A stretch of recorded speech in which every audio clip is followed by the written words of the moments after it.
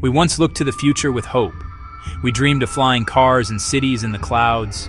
We imagined technology would set us free. It would solve hunger. It would cure disease. It would give us more time for art and for each other. Aldous Huxley, writing nearly a century ago, dreamed of the future too. But his dream was a warning. It was a nightmare dressed in the clothes of a perfect world. He saw a future where comfort was king and humanity was its servant. A world where no one suffered, but no one truly lived. Aldous Huxley's most powerful warning was about control. It was not control by force or by fear. It was control by pleasure. In his world, the state provides a drug called soma. It is the perfect escape. Take a little, and your worries drift away. Take a lot, and you go on a blissful holiday from reality. People are not oppressed. They are distracted. They are pacified into obedience. They are happy slaves who do not know they wear chains. We do not have a drug called soma, but we have our own versions, do we not? Consider the endless scroll of a social media feed. It offers a constant stream of bite-sized joys. Each little hit of dopamine keeps us coming back for more. We reach for our phones in moments of boredom or anxiety. It is a quick escape from uncomfortable silence. These things are not evil, but they are powerful. We are building our own comfort cage, one click at a time. Huxley also foresaw a world where truth loses its meaning. In Brave New World, history is erased, books are forbidden, critical thought is conditioned out of people from birth. Instead, they are flooded with so much pleasant nonsense that they lose their appetite for truth. Facts are not debated, they are simply irrelevant. We are not burning books, we are burying them under an avalanche of content. But it also gives us algorithms. These invisible codes watch what we like. They learn what we believe. They show us more of the same. They build a cozy, personalized reality for each of us. This is the echo chamber. If we all live in different information worlds, how can we agree on basic facts? How can we solve problems together? False stories designed to provoke travel faster than careful reporting. On social media, emotion is currency.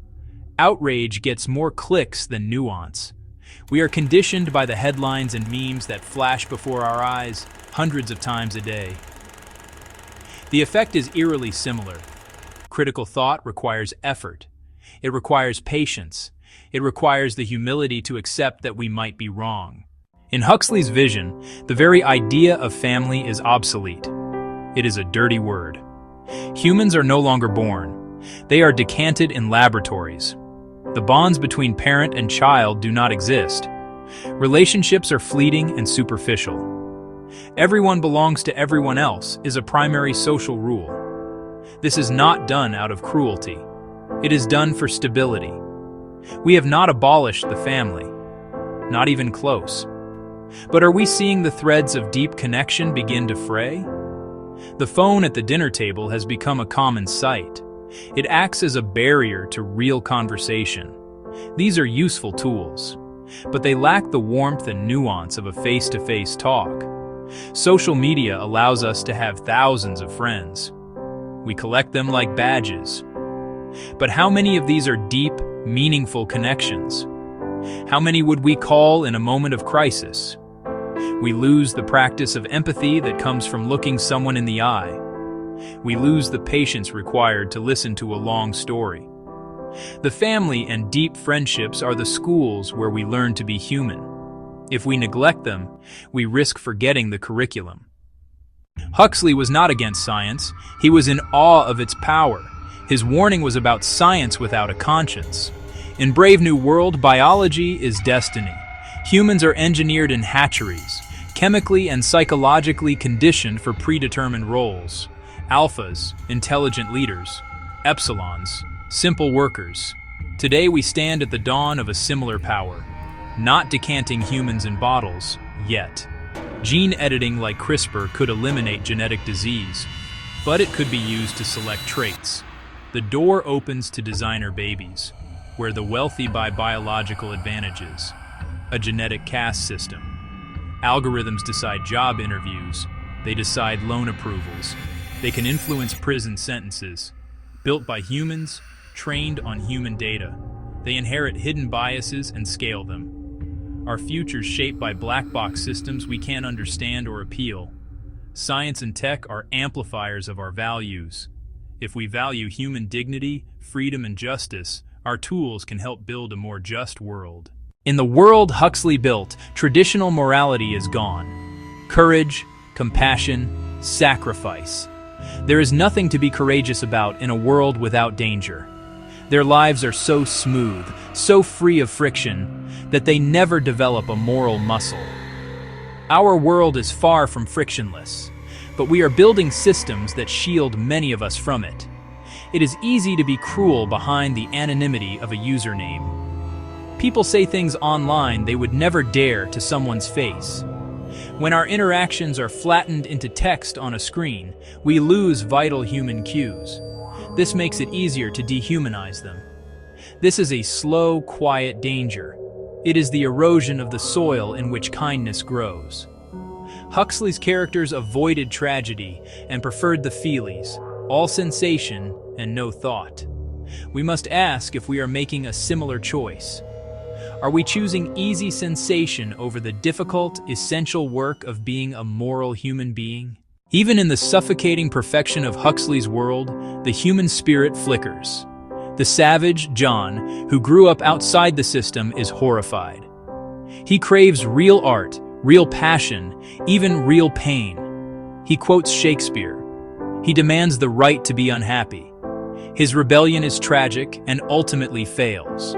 But his presence is Huxley's small act of hope. We are not living in Huxley's world yet.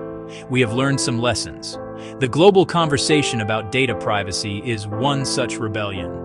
Laws like the GDPR in Europe are a direct response. We have learned to be wary of unchecked scientific power. Debates rage about the ethics of AI and genetic engineering. We have established ethics committees in hospitals and research institutions. People still protest for justice. They still fight for truth. Activists use social media to organize and demand change. However, our successes are small compared to the scale of the problem. Tech giants grow more powerful. Attention economies persist. We often trade privacy and depth for convenience and speed. So what can we do? The forces feel enormous and impersonal. It is easy to feel powerless. But Huxley's warning was not inevitable fate. It was a call to action. The path away is built on small, conscious, everyday choices, reclaiming the parts of our humanity one small act at a time. First, we can reclaim our attention. This is our most valuable resource. Put phones away during dinner. Read deeply. Be present in conversation. Take a walk in nature without documenting it for social media. These acts are a form of resistance. They declare our minds are not for sale. Second, cultivate real connection. Prioritize face-to-face. Call a friend. Visit a neighbor. Join a local group. Teach our children empathy and conversation. Model presence, care, and community. Finally, be active citizens. Demand privacy protections. Promote truth in media. Set ethical tech guidelines.